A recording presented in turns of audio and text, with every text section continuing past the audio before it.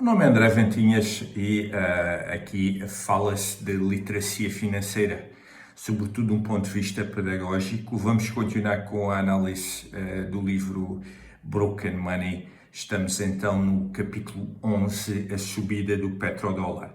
Portanto, eu já vou para a segunda parte deste capítulo, ele dividiu em várias partes. Portanto, em 1973 tínhamos ficado que a Arábia Saudita e outros países tinham feito um embargo de petróleo às nações que apoiavam Israel numa guerra contra o Médio Oriente, inclusivamente os Estados Unidos da América.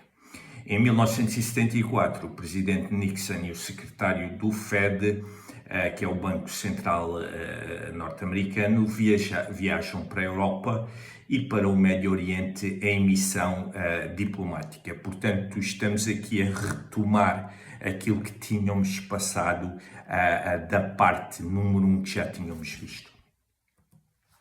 Portanto, quais eram os objetivos de Nixon? Era, em 74, portanto, neutralizar o embargo, usar o petróleo como arma económica para financiar desequilíbrio nas contas públicas, impor e alargar o eurodólar e o petrodólar. Atenção que o termo eurodólar por vezes coloca muita confusão na cabeça das pessoas. Quando fazemos aqui e quando nos referimos a eurodólar, não são mais do que os dólares utilizados em todo o mundo fora da América. Portanto, não tem nada a ver com o euro. Quando se eu falar em eurodólar, é, portanto, os dólares que são financiados, que são utilizados, que são criados pela banca, que são criados por entidades financeiras, por vezes até um pouco dúbias, mas fora da América. E nós vamos ver que esta situação põe um grande embaraço à América e a todas as grandes potências mundiais, a todos os impérios que sucumbiram precisamente por isso também. Portanto, os Estados Unidos usaram o seu poder naval para controlar o Estreito de Hormuz, colocar maiores adversidades entre Arábia e Irão, afirmar o dólar como meio de troca a nível internacional, passando pelo petróleo. Portanto, como se recordam, com Nixon o padrão ouro tinha chegado ao fim. Portanto, tínhamos a situação em que o ouro era, digamos que, a chave mestra para travar a impressão de papel moeda a rodo e não permitir que uma grande inflação derivada da quantidade de dinheiro. Volto a referir, existem dois tipos de inflação. O primeiro tipo de inflação é a escassez de recursos, pandemias, guerras, fenómenos que podem gerar inflação pela escassez dos recursos. Outra é do lado da oferta e, portanto, é derivada da quantidade de papel moeda ou de empréstimos que são mesmo do que basicamente dinheiro gasto, só que terão de se pagar mais à frente, e esse uso desmesurado de, portanto, qualquer tipo de moeda leva depois a uma inflação, seja onde for. No caso do dólar é mais pertinente porque continua a ser, até haver a moeda de reserva e o meio de troca do comércio a nível internacional. Portanto, este gráfico estes quadros, digamos assim, não é propriamente um gráfico, estes quadros, o 11C e o 11D, que estão no livro de Lynn Allen, eles, portanto, estão em inglês, mas são facilmente traduzíveis. Portanto, no quadro 11C, o primeiro, portanto, havia a Currency 2 e a Currency 3. Currency não é mais do que meio de troca. Os americanos distinguem meio de troca da reserva de valor. Portanto, era a segurança que o ouro dava aos dólares em reserva.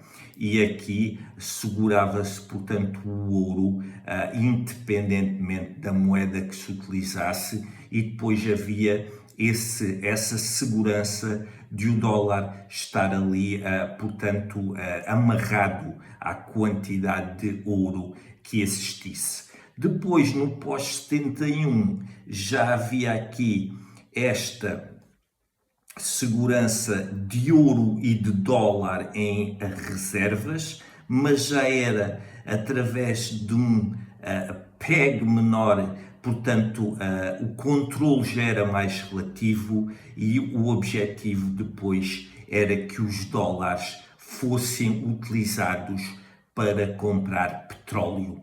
Ou seja, fazer do petróleo aquilo que o ouro servia como, digamos que, algo que o fizesse de colateral na quantidade de moeda que pudesse ocorrer em grandes quantidades no sistema.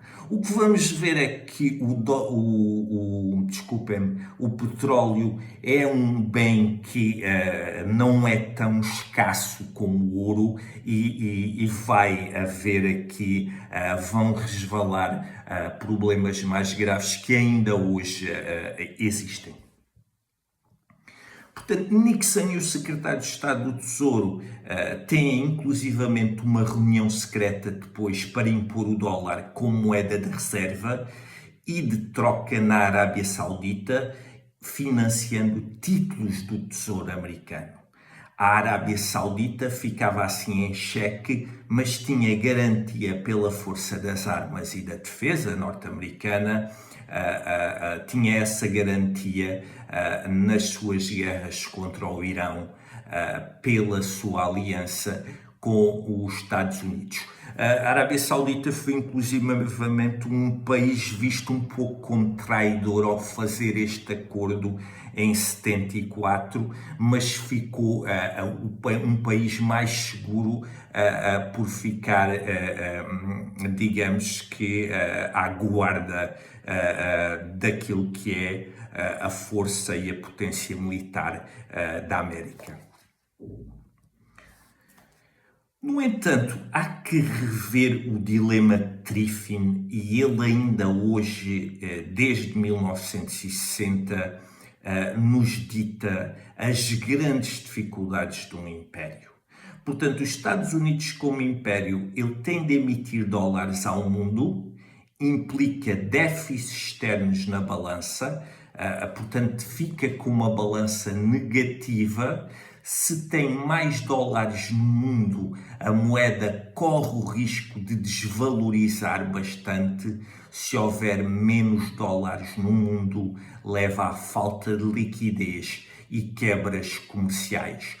Triffin foi um economista em 1960 que referiu com toda a sua audácia que os países podiam ser o império que quisessem, mas que aqui tinham sempre este dilema. Se quisessem ser moeda de reserva mundial, corriam sempre o risco de ou ter déficits comerciais e ter problemas a nível interno, como os Estados Unidos estão a ter, ao ocorrer vários déficits e já estarem com uma dívida de 39 trilhões de dólares, e só em juros da dívida aos Estados Unidos já paga 1 trilhão de dólares. Portanto, isto é o peso de ser a moeda de troca e o meio de reserva mundial.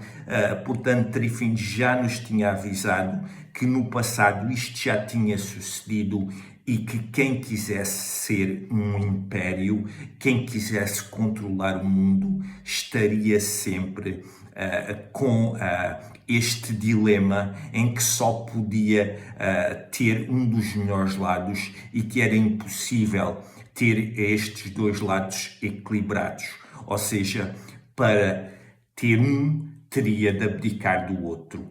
E os Estados Unidos agora estão noutra emboscada a ver se ultrapassam de outra forma aquilo que lhes está a suceder, o desespero que vivem dentro de sua casa tentam pagar com negócios fora e negócios que não são nada legítimos, nem leais, nem morais e nem até legais, digamos assim. E isto está a gerar muita controvérsia no mundo, inclusivamente agora vimos novamente a tentativa de assassinato do Sr. Donald Trump. Portanto, cá está, a partir de 74 começa a haver aqui grandes problemas com a reserva americana, sobretudo ao nível da sua balança de transações. Portanto, a balança começa sempre a tender para o negativo. Os Estados Unidos, por mais que seja um país forte a nível empresarial, depois a nível das suas contas públicas, por querer ter bases em todo o lado e tentáculos por todo o lado, isso sai muito caro e com este dilema percebemos claramente, com o dilema de Triffin, que mais cedo ou mais tarde, até porque hoje com esta dívida os Estados Unidos encontra-se sem saber o que fazer a nível dos juros do Banco Central e, portanto, não só dos juros do Banco Central, bem como de conseguir continuar a obter financiamento para quem, digamos, que quer segurar a dívida norte-americana. Depois há problemas também a nível do teto orçamental, e isto no país que se refere como, digamos, que o polícia do mundo, começa a ser preocupante e começa a ser realmente aqui uma verdadeira corda bamba em que não se sabe e Rei Dálio fala inclusivamente estarmos às portas de uma nova ordem mundial em que entre os estágios, digamos assim, de ultrapassagem, nós já estamos no 9. A última newsletter que Rei Dálio publica é uma newsletter também muito elucidativa, que é preciso estar informado, é preciso saber estas coisas e é preciso saber que o mundo que temos hoje não vai ser igual na próxima meia dúzia de anos. O processo está a decorrer com muita aceleração, há que estar atento, há que estar informado e há que cada vez mais conhecer e começar a despertar também para a literacia financeira. Vemo-nos no próximo vídeo para continuar e penso que terminar